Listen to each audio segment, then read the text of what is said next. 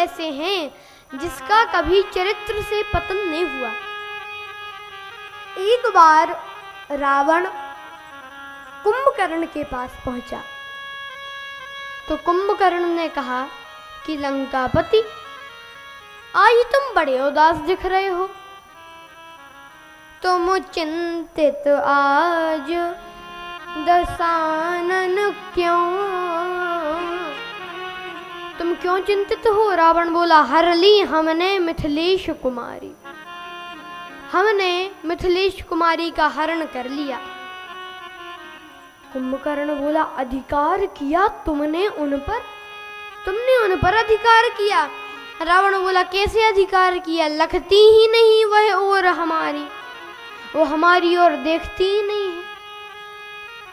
अच्छा, तो जैसे साधु का वेश धारण करके हरण कर लाए तो राम जी का रूप धारण कर कर अधिकार पा लेते। तब राघव ही ना बने तुम क्यों?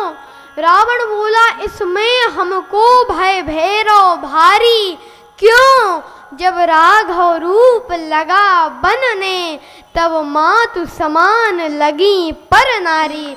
जब मैं राम जी का रूप धारण किया मैंने तो मेरे मन से तो वासना चली ही गई, मुझे दूसरी की नारी माता के समान दिखने लगी। तो बैरऊ राम बड़ाई करहीं। राम जी के शत्रु भी उनकी बड़ाई करते हैं। एक दिन जब राम जी का और रावण का युद्ध चल रहा था तो मेघनाथ का वध हुआ। तो मेघनाथ की पत्नी सुलोचना रावण के पास आई और कहा कि पिताश्री, अगर आपकी आज्ञा हो तो मैं अपने पति का शव रामादल से ले आऊं। रावण बोला, अवश्य बेटी जाओ, अवश्य जाओ।